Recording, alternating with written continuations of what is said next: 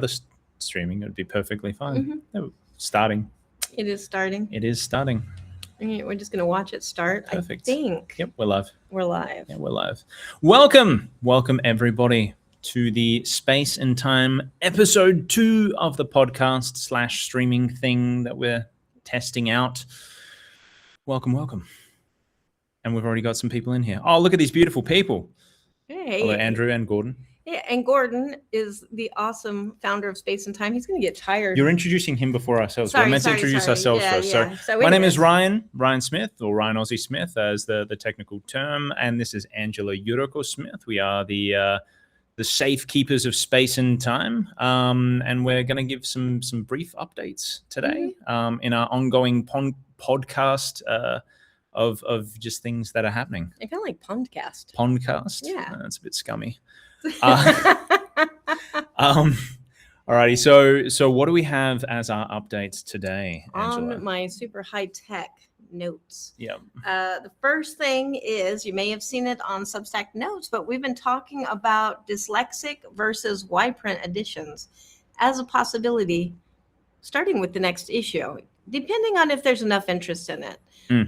But we can actually show some examples of that because a lot of people don't know what is dyslexic font and why would we even have it. Yeah. The dyslexic font was actually a really interesting conversation. We talked about that for a long time. One of Angela's kinks is fonts. We don't talk She about gets that on really there. excited. Yeah, I dress up as a font in the bedroom. Times New Roman, just like, oh.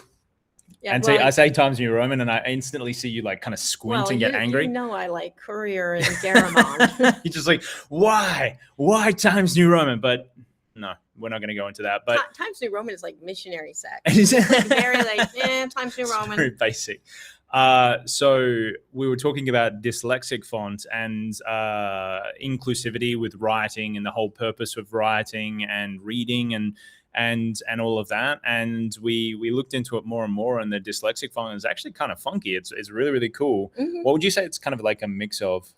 I feel like it's almost like the Matrix, the code that belongs behind everything in the Matrix. That's what it kind of reminds me of. It can move very fast, but you can still read it because it's optimized for readability. Yeah, readability, but I think specifically for dyslexic readers. Yeah. Which that's why Authortunities, incidentally, is light blue, has a light blue background on the newsletter if you actually visit it on Substack. It's because it's easier to read for dyslexic people or for people who read with dyslexia to read against a pastel background. Right. So, okay. So it's just kind of extending that. Yeah. Extending it even more. So we have 3 different varietals. Would you like to describe? Yeah. This is the first one is what this issue looked like. We're going to start this next issue if there's interest in it.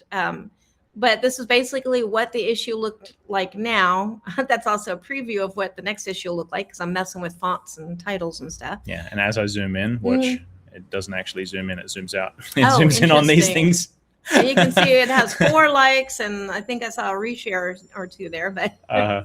But yeah, so this is what the current issue looks like right now. That's the new and notable feature that I did. And then to see the difference, this is the dyslexic font. You can see it's a little bit heavier. It's less traditional, but it is supposed to be an easier read, and it's more inclusive to people who have dyslexia. Yeah, and I really liked it because this particular font, it really seems like if you've ever seen like specifically you when you were playing around with the ink pens, like the quill or fountain pens. How it kind of it bleeds into the page a little bit. That's what this really reminds me of is kind of you pressing it down and the ink is kind of doing its thing, and there's some lilting and some different angles and things like that going on. So I really like this print. Yeah. So we're going to try and use this as much as possible in the future. So before and after. Yep. And we're actually getting a lot of response. We're going to do a poll just to make it official, a poll in the newsletter, in the Authortunities newsletter this week. So make sure you check that out on Thursday and vote for if you want more editions. Yeah. Specifically dyslexic in a large but print. we're going to do it anyway. Maybe. No, we have to make No, we have to. choice. You're part of this. It's like, nah, I like it. Let's do it. I do like it too. Yeah. But that's why we would keep the regular version and another edition would be the dyslexic, because not everybody might like this. Yeah, exactly. And, I don't want to force it down everybody's This is throat. true. And then there was a third version that we were looking at for our large print. So those who have a bit of difficulty seeing, and a lot of our audience, are printing things out, and you can't zoom in. Just like on this page, you can't zoom in for some reason. But you can still read it. Yeah, so it's looking at large print as well, because we're very big on inclusivity when it comes to this, which is why we originally had the audiobook versions of Space and Time, but then that didn't really work out, and we're gonna see if we can do something with that as well. Potentially get back to a lot of cost and other hurdles to do. Haven't given up on it yet, though.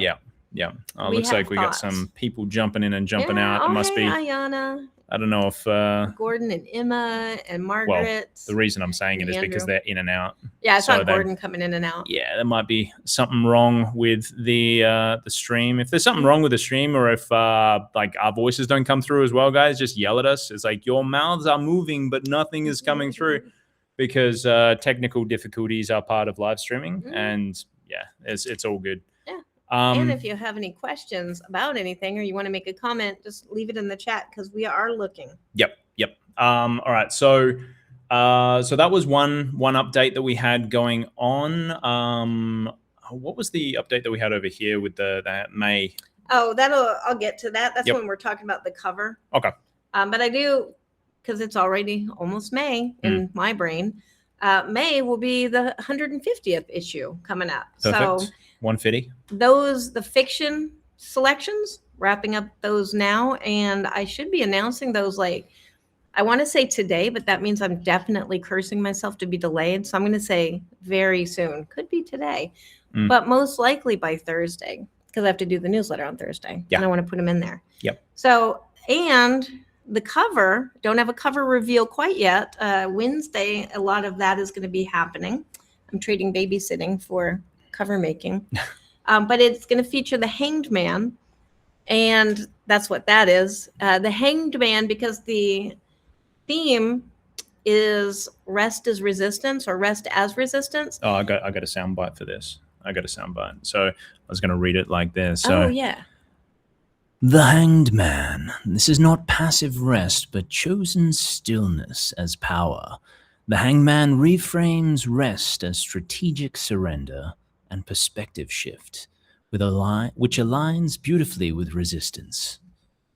So you can see why I married him first. Because I pretend to be English. Mm-hmm. Yeah. And I want to point out, I keep wanting to mention this, that you were once voted creamiest voice on Twitch, I believe. Yeah, by like somebody that, no. No. Anyways. All right. Yep. So that is the cover for 150 will feature the Hanged Man, and that is to celebrate the theme of rest as resistance. The Hanged Man card is a perfect display of that, and Ryan just read why in his creamy voice. Yes. So. All right. What else? Next, we're celebrating National Poetry Month for our social media, which really consists of Substack notes right now, because the rest of it's obnoxious. But I will try to go over and sully myself by sharing on the other socials. But every day we are sharing a poet, one of the poets in 149, on the Substack notes. So you can go over and feel free to grab the images, grab the write-ups, and share them anywhere that you would like. And I may or may not share them on the other social medias that we have. Yeah. But Substack notes, yes. Yes. And then Silk and Sinew, our partner for this week, because we have a partner every week. Today we are celebrating Silk and Sinew, which is a partner spotlight in the magazine in 149. And I actually, full disclosure, have a poem and a book in this. It's a Bram Stoker nomination, which we're going to find out very soon if it's going to be a Bram Stoker winner. I think it will. I'm betting that it will be. And and Christy Park-Kulski edited that. It is a gorgeous collection, and we have a wonderful write-up on it in the magazine for this last issue. Let me get this up. boop, and boop. And there you go. And this is one of our partner spotlights. And yep, we talk about Silk and Sinew and the link to it. So everybody can go visit Christy Park Kulski. But yeah, fantastic book anyways. And I hope you will check it out. And am I allowed to tell people that they should vote for something? I feel like you should vote. If you're going to vote for anything in the Bram Stoker's, wait, maybe voting is actually over. I think voting's over. Well, you're not, well, yeah, if it's, you shouldn't tell people to vote if the voting is over. So just don't even listen to me. Anyways, I hope you voted for it. I don't know if I'm supposed to say who I voted for, but you can guess. It is an awesome book. So, by the way, I see there, it was named by the New York Public Library as one of the best new horror books of 2025. So that was also pretty cool. Yeah, that's pretty awesome. Yeah. That's pretty awesome. Also, the amazing artwork. I think we talked about that last time. Yeah. Because, you know. Yeah, I forget who did the art, but I think it's on the back of the book. Cover art by Aileen Kai Hing Kwan. Yeah, and a foreword by Monica Kim. Aileen Kai Hing Kwan. Yeah. So, yeah. Oh, and that was published by Bad Hand. Give them a shout out. Right, yeah. I think that's about it for this. I have one more thing to talk about. And that is something I am like kind of super excited about. It's like a little bit of a bucket list dream, but Okay. I'm very nerdy. See, when you say things like this, I get worried because if I don't actually know about it, I probably do. But whenever you say something like that, it's like, hey, so I'm planning on like being a beekeeper, or I really have an interest in like leather work. So I'm going to start doing obsessively things with leather work. Like, is it one of those? I thought you're going to go back to the Garamond, the fonts. The fonts are my kink, and then the Garamond versus Courier. Well, see, that's why I'm fine with that, is because it's not an outward expenditure of beekeeping gear or some shit like that. It's not a very expensive thing. I'm like, hey, go on your computer and change the font. That's pretty fun. Oh, like, I was thinking of costumes. So how can you? I'm not even going to get into that. We'll look at that later. Anyway, what is it?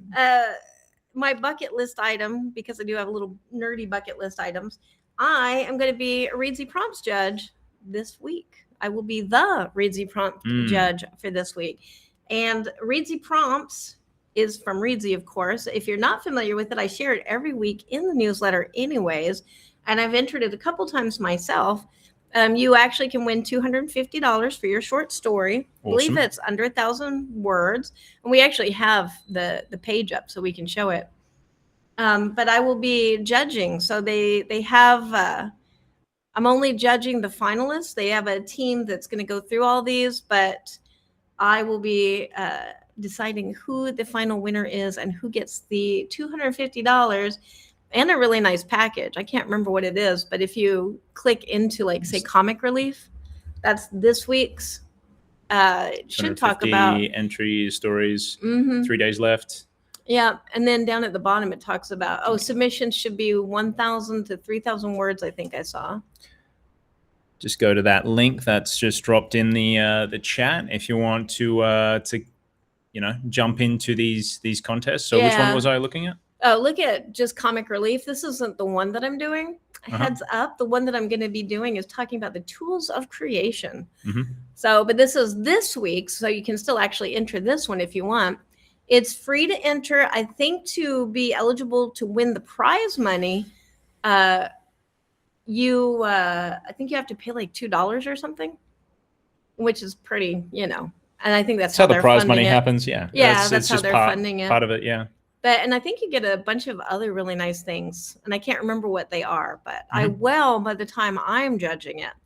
But yeah, so next week we could actually talk about what's happening with that contest, because I will be in the middle of judging it. Yep. So, but yeah, so that is like my big cool thing. I have been fooling around with Readsy Prompts contest for a while, and I'm always like, how do I get to be a judge? I really want to be a judge because it sounds very cool. Yeah, and this is like great setup. Like this is a really great setup. It's got everything that you need to know. You've got the submission guidelines, FAQs, prize money entry stories, and most importantly, when you can apply. Yeah. Yeah, and they have 5 so- different prompts each time based on that theme. Yeah. And so I wrote up 5 different prompts, and I can't tell you what they are because that would probably be unfair, but you can private message me. And I'm not saying that I would or I wouldn't, but you can private message me, indeed. And yeah, I can't think of anything else to say about that except I'm super excited. I'm reading through these prompts, and I think my favorite is include the line "I don't understand" or "I should have known," because "I should have known" is just always the dark twist at the end of a story. Which one is your favorite? Just in this specific one, I'm just interested. I think center your story around an unexpected criminal or accidental lawbreaker, because that is obviously going to be a raccoon. Yeah. Oh, obviously. Mm-hmm. I was like, that's too generic. But I mean, raccoon. Yeah, I guess. Write a story of people. Nah, we don't want point of view of that. No. No. All right. So I think that's all of our updates. Yeah. I want to thank this week's partner sponsor, Silk and Sinew, Christy Park-Kulski. I hope you will go check her book out. Yep. And check out our pages to find out if you want to become a sponsor as well. We have that information where?